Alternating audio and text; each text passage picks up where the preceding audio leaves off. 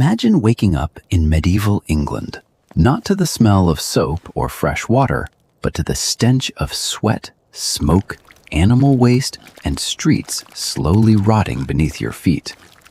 In the year 1348, most people believed bathing could actually kill you. Hot water was feared because doctors warned it opened the pores, allowing deadly disease to enter the body. So instead of washing themselves, people wore layers of dirty linen, believing the cloth could pull sickness out through the skin. A clean white shirt became a symbol of wealth, even if the body underneath had not touched water for weeks. The streets outside were even worse. Human waste was dumped into alleys, pigs wandered through piles of garbage, and the air of London was so foul that travelers described it as a physical assault on the lungs. There was no toilet paper, no plumbing, no real understanding of bacteria. And yet somehow, millions survived in this world every single day. Tonight, we step inside the brutal reality of medieval hygiene, where staying alive mattered far more than staying clean. This is the filthy, terrifying, and strangely fascinating truth about daily life in the Middle Ages. For people living in medieval England, cleanliness was not a daily habit. It was a dangerous risk. After the Black Death swept across Europe, fear controlled nearly every aspect of life. Doctors and religious authorities warned that hot water opened the pores of the skin, creating invisible doorways for disease to enter the body. To a modern mind, this sounds absurd, but in the 14th century, it felt terrifyingly logical.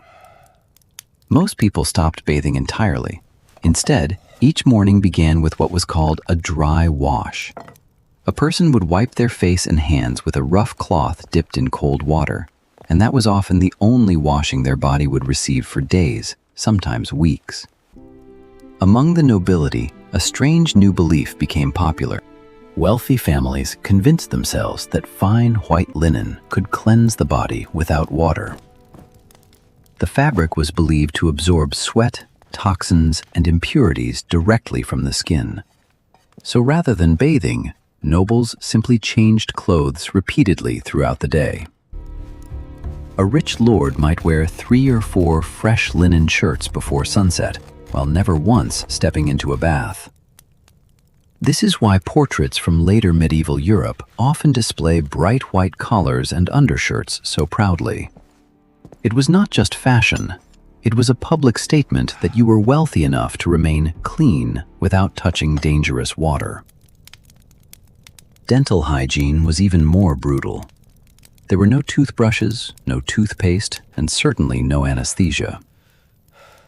People scraped their teeth using cloth mixed with salt, crushed herbs, or powdered bone.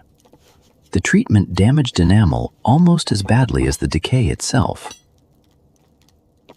And when a tooth finally rotted beyond saving, the nightmare truly began. Many believed toothaches were caused by tiny worms burrowing inside the gums. The solution was simple: rip the tooth out, usually with iron pliers in the hands of a barber surgeon. No painkillers, no sterilization, just screaming and survival. If you had to live 1 week in medieval England without modern hygiene, how long do you think you would last? Comment below with your answer, and if you enjoy dark historical realities like this, make sure to subscribe for more forgotten stories from the past. If the fear of bathing sounds disturbing, the medieval toilet was even worse. In castles across England, the bathroom was often nothing more than a wooden seat built over a hole in the wall. This room was called a garderobe. Beneath it sat a dark cesspit, or sometimes a stagnant moat slowly filling with human waste. There was no flushing system, no pipes, no running water carrying anything away. Gravity handled everything. During the summer months, the smell rising from beneath the castle became almost unbearable.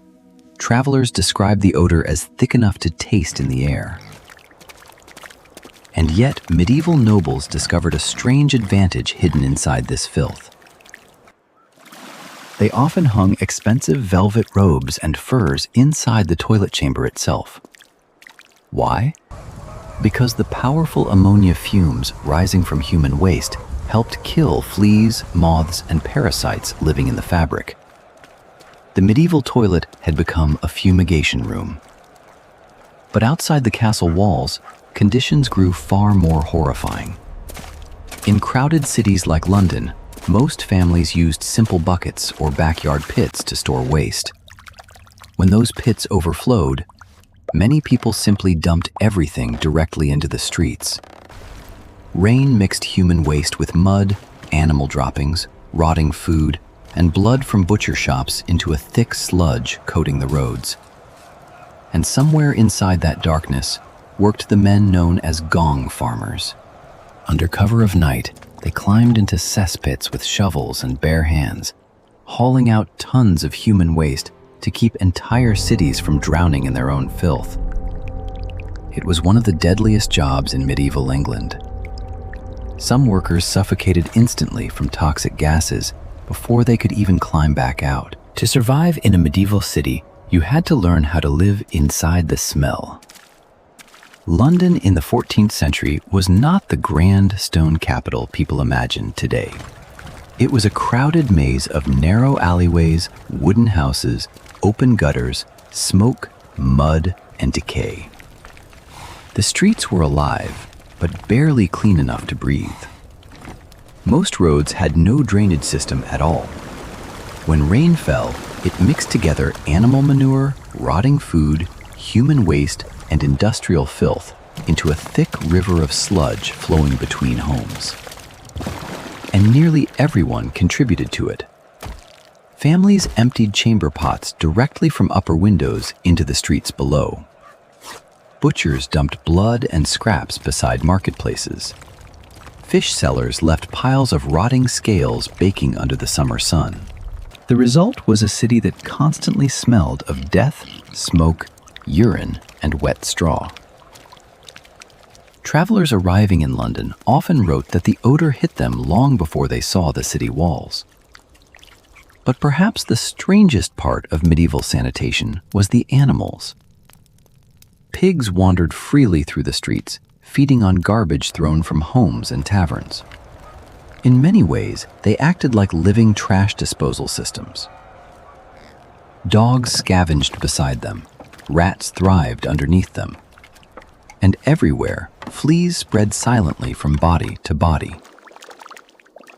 The medieval city had become a perfect ecosystem for disease. Then there were the tanners. Leather production was one of the foulest industries in Europe. To soften animal hides, workers soaked them in vats filled with urine, fermented liquids, and even dog feces. The chemical stench was so powerful that entire neighborhoods formed around these workshops because nobody else wanted to live nearby. And still, life continued. Merchants sold bread in the markets, children played in the mud, priests walked through crowded streets carrying incense to mask the smell of the city around them. For medieval people, this environment was normal. They had no concept of bacteria or microscopic infection. Disease was blamed on bad air, divine punishment, or invisible poisons drifting through the atmosphere. And because survival depended on endurance, people adapted in astonishing ways. Their immune systems were exposed to constant waves of contamination from birth. Water was unsafe. Food spoiled quickly. Parasites infected nearly everyone. Yet despite all of this, medieval civilization endured for centuries. Not because life was comfortable, but because human beings are capable of surviving conditions far harsher than most modern people could ever imagine. And the deeper you step into medieval England, the more unbelievable that survival becomes. For modern people, one question always returns when looking at the Middle Ages. Without toilet paper, how did anyone stay clean? The answer is uncomfortable. For the wealthy, there were small luxuries. Soft wool, scraps of linen, or pieces of cloth could be used after relieving oneself. But fabric was expensive, and even nobles wasted very little. For everyone else, nature became the solution. People used moss, hay, straw, leaves, or handfuls of grass collected from nearby fields. Imagine the roughness of dry straw against the skin, especially during freezing winters or after long days of hard labor. Cleanliness was never guaranteed. In fact, these crude methods often spread even more disease. Hands were rarely washed properly, water was frequently contaminated, and bacteria moved constantly between food, bodies, and shared living spaces. The ancient Romans once had a more advanced solution: a sponge attached to a stick, rinsed in vinegar water between uses. But after the collapse of Rome, much of that sanitation knowledge disappeared across medieval Europe. What replaced it was far harsher, and the consequences lived inside the human body itself. Intestinal parasites became a normal part of life. Worms infected peasants, merchants, soldiers, monks, even nobles and bishops. Nearly everyone carried unseen organisms feeding inside them every single day. These parasites drained nutrition, weakened the body, and spread constantly through contaminated food and poor hygiene. In a world already struggling with famine and disease, the human body was under attack from within. And yet, somehow, people kept working, farming, building, fighting wars, and raising families through it all. That resilience may be the most shocking part of medieval history. So let me ask you this. If you were suddenly transported into medieval England tomorrow, what would be the hardest part for you to survive? The smell? The disease? The food? Or the complete absence of privacy and sanitation?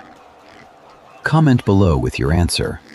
And if you enjoy exploring the darker realities hidden behind history, subscribe to the channel for more untold stories from the ancient and medieval world. It would be easy to look at medieval people and see only filth, disease, and suffering. But that misses the most important truth about their world. These people were not weak. They survived conditions that would likely overwhelm most modern humans within days. From childhood, their bodies adapted to contaminated water, spoiled food, parasites, smoke-filled homes, and constant exposure to infection. And despite having no knowledge of bacteria or viruses, they still fought back using the tools they understood best. Herbal remedies filled medieval homes. Vinegar was used as a natural disinfectant. Strong alcohol cleaned wounds. Certain plants were believed to purify the air and protect against sickness. People desperately searched for ways to survive in a world where death could arrive from something as simple as a bad tooth or a contaminated cup of water. The tragedy of medieval hygiene was not laziness. It was limitation. They lacked plumbing, medical science, sanitation systems, and the technologies we now take for granted every single day. And yet they still built kingdoms, cathedrals, marketplaces, and entire civilizations across Europe.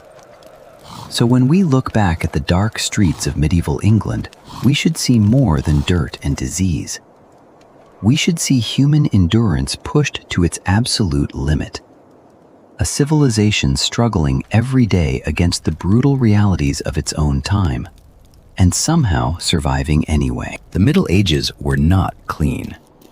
They were not comfortable. And for millions of people, survival itself was a daily struggle against disease, filth, hunger, and fear. But hidden inside that darkness is something remarkable: the resilience of ordinary human beings. The next time you turn on hot water, brush your teeth, or walk through a clean city street, remember, These simple comforts are luxuries built upon centuries of painful history. If you enjoyed this journey into the brutal reality of medieval life, make sure to subscribe and join us for more forgotten stories from history's darkest worlds. And until next time, stay curious.